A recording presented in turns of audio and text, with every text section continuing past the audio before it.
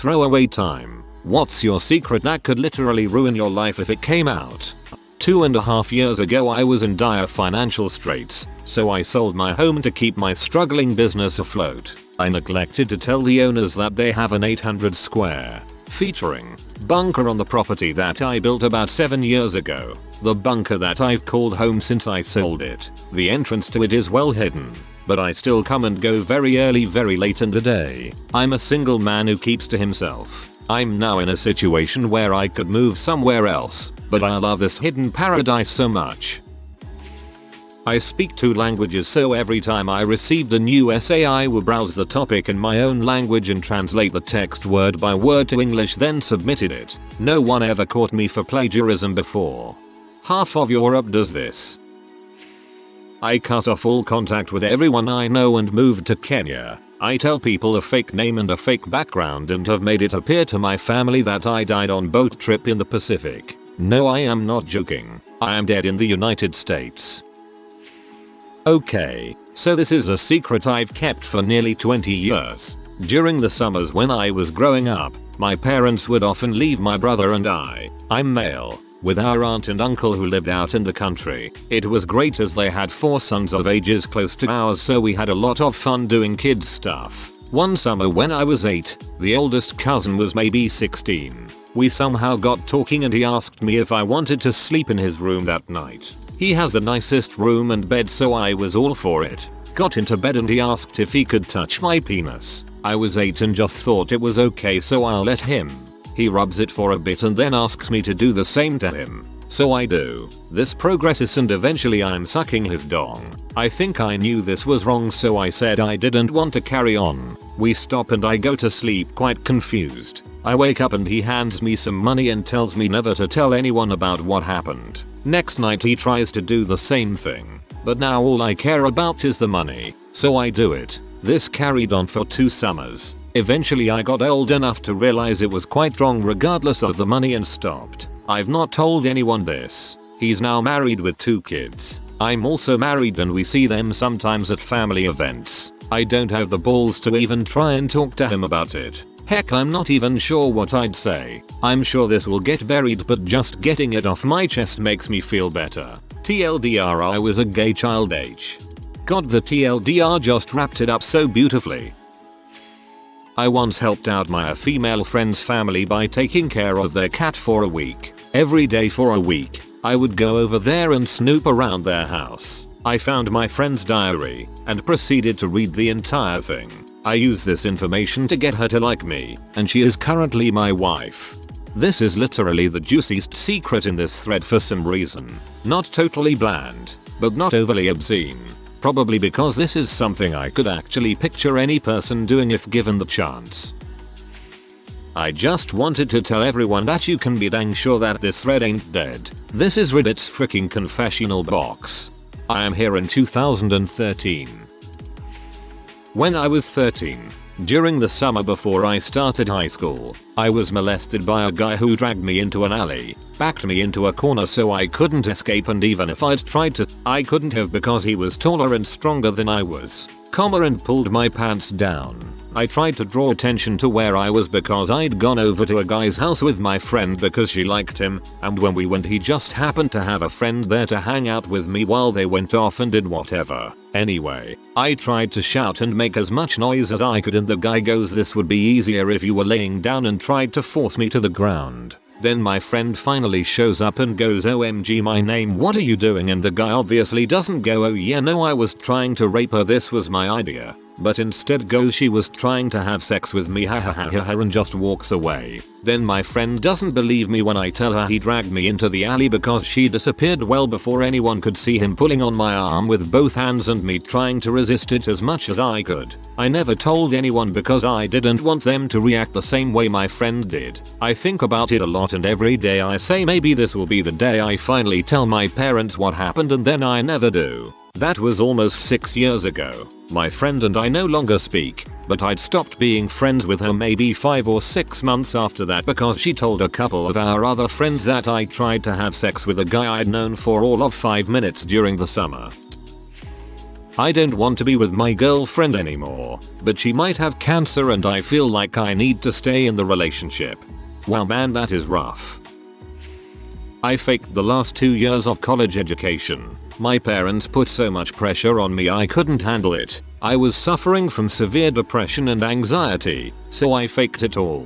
Lied to everyone. Made up fake transcripts. I just got my foot in the door in my desired field thanks to a friend as they hired me as a subordinate. This place only hires college grads but no one double checked my credentials since I was recommended. My hopes is that if I need to find another job I'll have been at this place long enough to get it by experience alone. I work for a very prestigious company. I'm not bad at my job. I'm actually quite good. But my fear is eventually I'll hit a wall and the lie will come to light. No one has known this for the better part of a decade. It's a relief to finally say it out loud. I can't even tell those I love. My silence is my prison. If you get caught and go to a community college, you'll find a hilarious study group. When I was 17 I had an argument with my father and told him to frick off. Later that evening he hung himself. Our argument was the last time he spoke to anyone in our family and for that I feel a terrible amount of guilt for. Instead of him saying goodbye and I love you to my mom and brothers he got told to frick off before he went and killed himself. My punishment is to live the rest of my days in shame and guilt. He never left a note either.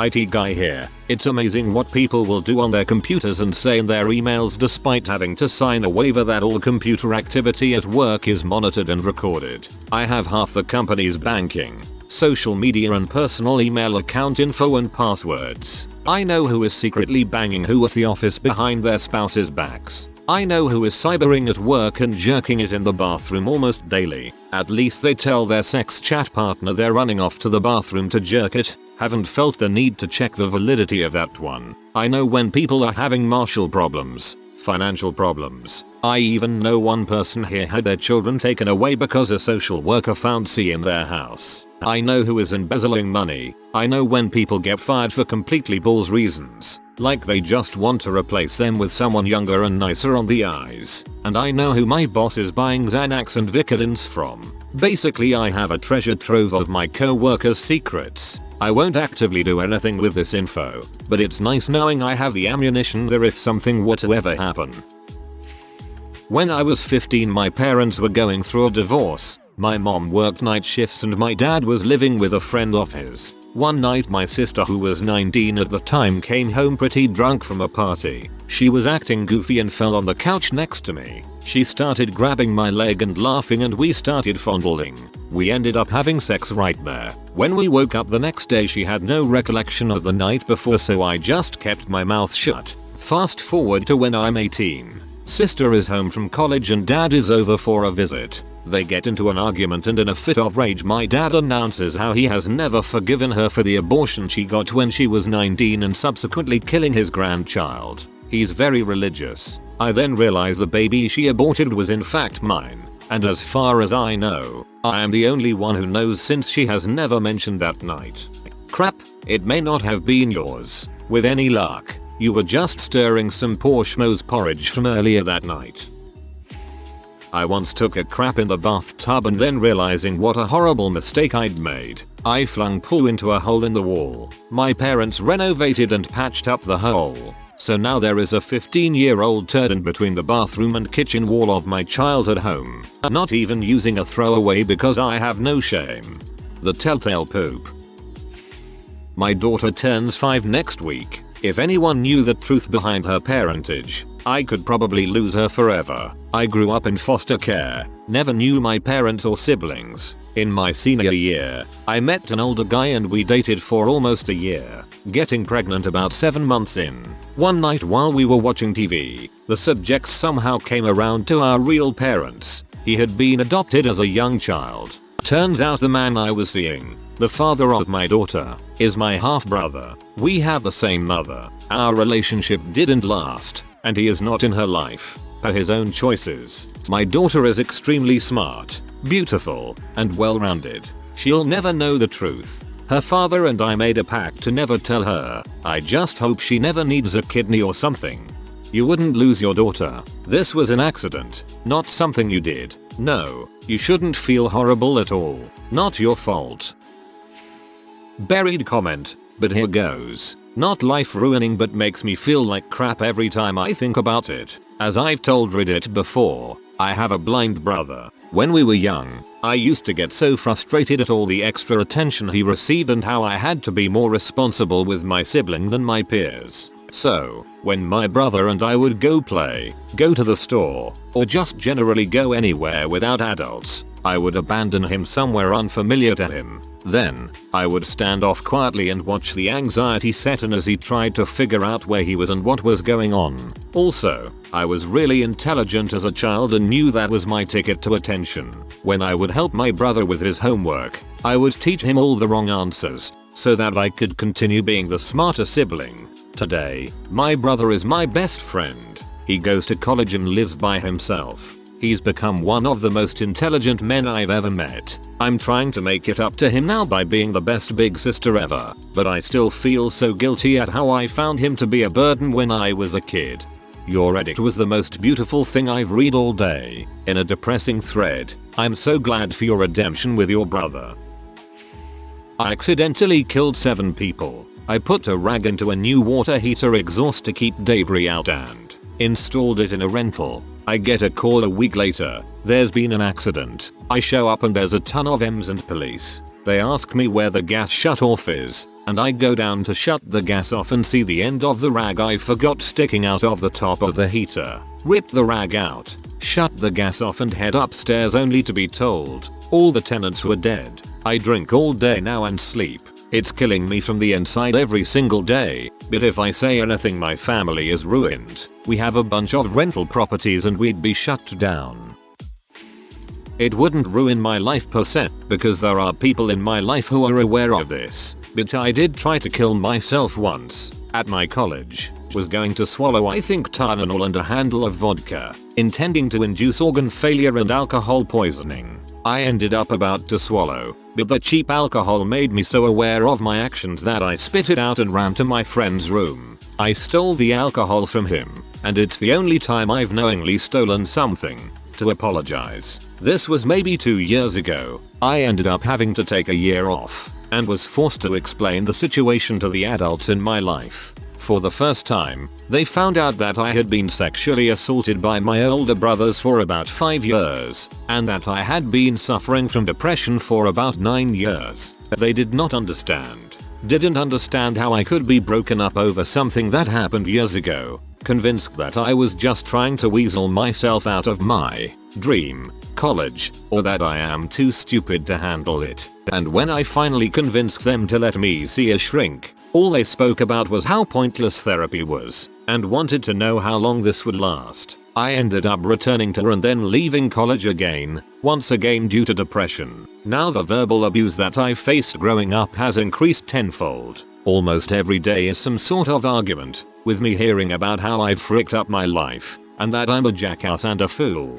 I desperately want to leave, but I have nowhere to go. I have no job and no money, so I can't afford an apartment or therapy. I am so tired of being mistreated, and I want to be free, but I'm trapped in this hellhole. This thread is most likely dead by now, so I just wanted to get this out in the open, since I haven't really been able to speak to people about this for months now. I'm sincerely afraid that I'll never be able to become the man I want to be, because I'm too busy trying not to slip back into a depressed state. As long as I avoid doing anything slightly challenging, or thinking for too long, I can stay neutral. If anyone does read this, and knows of something I can do to get away, please let me know. Thank you. I hate all of my friends. Literally, I don't have anything in common with any of them, and don't care, but I'm too scared to be alone and have no one else to go to, so I keep hanging around with them. I honestly can't think of a single person that I genuinely enjoy being around. There are moments, sure, but I'm faking it most of the time. I feel cold and heartless when I think about it, but I really don't like people at all, and yet I'm lonely. Scumbag brain, damn it. So many confessions, starting with this will get buried, no one's gonna read this, so I just thought I'd say that I'm one of those who finally got done reading all, at least 35,000 comments. Took me weeks. This is the first post I read on Reddit. Very addicting read. Hugs to all who need it. I hope you find the strength to overcome your problems. My own secret is that I'm still deeply in love with my, now married with kids, first love. Nothing will ever happen and it is ridiculously hurtful. But life goes on. I have memories of my sister, 5 years older, and I playing a roleplay game when I was younger that I think would be considered sexual abuse molestation if I told anyone. I don't remember how old we were, but I know she was around the age where her breasts were developing. When home alone we would play a roleplay game where she was a boss and I was a secretary, and the boss would always sexually harass the secretary. It ended in my sucking on my sister's breasts while she would lie on the couch with her shirt off. My memory has always been really horrible, so I only remember patches of this, but I remember that it never felt sexual. I don't actually trust my memory enough to feel confident that this really happened. I love my sister. She's my best friend and I would never want to damage our relationship by ever bringing this up and asking her what really happened. It is a secret I will carry with me and never reveal. Also, till it's hard coming up with a throwaway name. Good throwaway name considering. I came very close to committing a school shooting. I was picked on a lot in high school. I think it was because I tried so hard to be cool and everyone saw right through it. There were these 4 cowboy jock types that gave it to me the worst. After being publicly humiliated and beaten in front of a girl I liked, as she laughed cheered, I decided that none of it was worth it anymore. I had no support at home being an only child and having parents that worked constantly, and cutting and burning myself didn't make me feel better anymore. So I got my dad's handgun out of the gun safe. He uses the same combo for everything, the idiot, and brought it to school with me the next day. I can't adequately describe to you guys how ready I was to kill these 4. I had absolutely no fear or doubt in my mind. I wanted nothing more than to show everyone what happens when you push someone over the edge like they did. I had the gun tucked in my waistline. I was wearing this baggy pair of cargo shorts that I wore a couple times a week that day. I remember walking towards the cowboy's table, so goddamn ready for it to be over, when the gun fell out of my waistline, down my left short leg and made the loudest freaking sound as it hit the cafeteria floor. I tried my best to grab the gun real quick, but people saw what it was and screamed, and one of the instructors tackled me to the ground. They eventually concluded that I had brought the gun to school to impress people with badassery, and had no intention of using it. I was expelled and sent to live at a youth ranch in Idaho until I was 18. I did have the intention of using it though. I was going to kill all of them. I'm 24 now, and I still think about it all the time. I have not recovered from high school. I'm still terrified of people in general, and avoid having relationships because of what I fear I'm capable of. I'm not looking for pity. I know that what I did was wrong. It just feels good to tell the story. Thanks Reddit. TLDR. I attempted a school shooting. Some people really have no idea how bad bullying can really be. Well, it's more of a secret to my friends that I've made recently. Some background first. I don't like being touched or hugged, and I'm incredibly uncomfortable with intimacy in general. When I was in the 8th grade, a bunch of girls in my class convinced me they had a friend who fancied me. They said she had seen me somewhere and thought I was cute. Faked a MSN account and they talked to me every night for a few months, invited me out to the movies and, obviously, didn't show up, then revealed to the whole grade that I had been tricked into having an imaginary girlfriend. I was mocked viciously by everyone in the grade and ever since then I can't really trust women. I also can't believe that a girl may have feelings for me. Even when they explicitly tell me they have feelings for me I can't help but feel like they're trying to trick me. It's caused a lot of insecurity, and I can't get attached to people easily. I'm terribly afraid to text or message people first because I'm convinced I would be annoying them. What's worse is that when I think about it, I know it probably isn't true, but I can't help but feel like it is. Even though it was grade 8, it was around the time when attraction to women was just starting to get real, so to be hurt at a time as delicate as that has really done some damage. The secret of course is that I had been dumb enough to be tricked. As you might suspect, the whole thing has left me afraid of being vulnerable. To have this found out by my newer friends, as in, university friends, would put me in a really uncomfortable place. I probably wouldn't be able to be their friend anymore. Thanks for reading. You're the first people I've told about what this event has actually done to me. I still have imaginary friends. I'm almost 30. I lost them for a while. I don't know why or how, but they were gone. I couldn't see them or hear them anymore. Not the way I used to when I was younger. It made me was miserable. I kept hoping for a way to get them back. 2 weeks ago, I somehow managed to finally break through whatever the barrier was. I have spent the past 2 weeks hanging out with and talking to a character from a well-known TV show.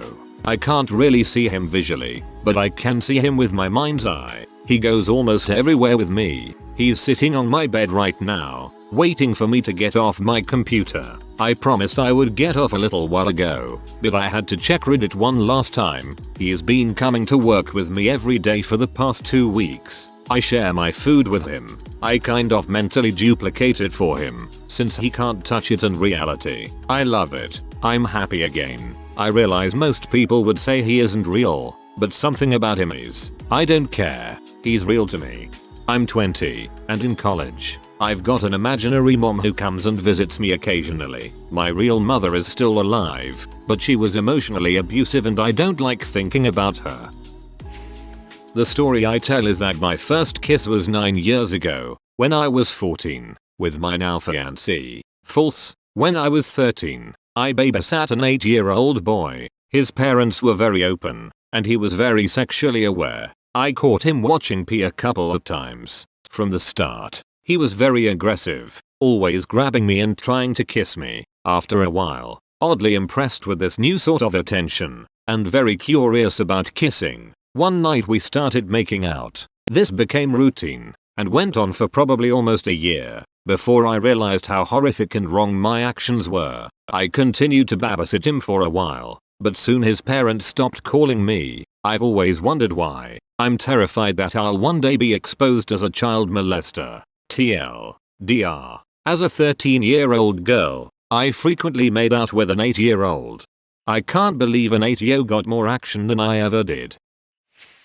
I know this thread is most likely dead now, but I used to masturbate a lot, and when I was 10 I had a technique where I'd let off a load into a sock then wash it and quickly dry it. Now I couldn't leave it hanging outside or use a dryer, otherwise my family would have seen it and probably smell it or whatnot. So I'd put it inside my gas heater unit. Unfortunately my sock had caught on fire inside the unit, blew it up and set my house on fire. Only my brother was home at the time, and he managed to survive. The house did not. For 5 years we stayed from caravan park to caravan park whilst we waited for confirmation that it was not arson and we could receive an insurance payout. We eventually did and scraped together money to start rebuilding the house. The house is still being rebuilt to this day and it shames me anytime I have to visit my parents living in a tiny mobile home where my backyard once was. I have been pretending to be colorblind to everyone I have ever known, including my own parents, since I was in 3rd grade. I am now 28 years old. I even convinced an optometrist of it. When I was 13 I caught my father in bed with my 15-year-old brother's girlfriend, also 15. I haven't seen her since, but I've been blackmailing my father with it for the last 6 years. You looked at a lake. I had something very similar happen to me. OP. We'll call him Tim. Tim was my best friend, and he always came to me when he needed someone. His mom was bipolar and made his life really tough, and he didn't know his dad. We had 2 or 3 other suicide scares, but we talked him out of it and brought him back from the edge. Well, this week he comes to school Monday and just seemed off. We tried to talk to him but he never really responded. Partway through the week, he calls me and asks if he can stay at my place, that he can't stand his mom. I ask my dad and he says no, saying that Tim needs to deal with his problems at home. I explain to Tim what the situation was and he says okay and hangs up. That Friday, I noticed that he seemed different at school, and I had a really bad feeling about it. He didn't even seem there. I tried to talk to him or something but he just wasn't himself. After school, another friend brought him home at the end of the day, and he was the last person to see Tim alive. I got a call later that night that he had hung himself. It's been 2 years and I still regret not helping Tim. I feel like there was something I could have done. It just sucks that I couldn't help him that time. and that's all it took for him to slip away. Thing number 2. My cousin has let me feel up her breasts for the past 3 years. We started when she was 13 and I was 16. We never did anything else, never below the belt or anything, and we never talked about it. I've since stopped doing it by avoiding being alone with her so neither of us try something, but we never talk about it. If that came out, I probably wouldn't be able to face that side of the family ever again. I get nervous going to family gatherings sometimes because of what they don't know. You can't go from suicidal friend story to incest. I can't handle such extreme changes. Honestly, I've kinda been waiting for a thread like this to come up. None of my friends know any of this, and I don't want to tell them. Not so much a lack of trust as their inability to understand. So, when I was in middle high school, my mom, sister, and I were living with my stepfather, better school district from where I was. Everything was fine for a few years, but he got crazy. Whenever my mom left for work, my sister and I were left alone with him until he left. He worked second shift. First he'd start with yelling at us for no good reason. A reason, yes, but never a good one. It was always insignificant. Needless to say, my sis and I were scared shitless when this happened. Things escalated from there. He'd start hitting us almost every day. Again, always over something insignificant. A good example was when I hung one of his shirts with the hanger hook facing left instead of right. It got to a point several times where he'd actually grab whichever one of us happened to be in his way and hold us off the ground, against the wall, by the throat. To make it clear, my mother knew about none of this. The man knew how to hit you so it didn't leave a mark, and he is an obscenely good liar. Anytime we tried to call him out to her, he'd lie his way around it. The only time that other side came out around her, he blamed it on his heart medicine. My sister moved out when she turned 18. But I still had 3 years left, so now all of his anger was directed at me. One time in my senior year, I was actually scared for my life and ran off into the woods next to the house until my mom got home. She finally believed me then, and we made plans to leave as soon as I graduated. She told him she wanted to leave, and he of course decided that I was costing him his marriage. Those last few months were heck, but in June of last year we moved. I'm now in college, safely away from him. While I bear no malice against him, I will not forgive the crap he put me through. Also, it feels wonderful to finally get this off my chest and tell it to someone, even if nobody reads this. If you are new to the channel, you can subscribe. I publish new videos every day. Until then, check another video.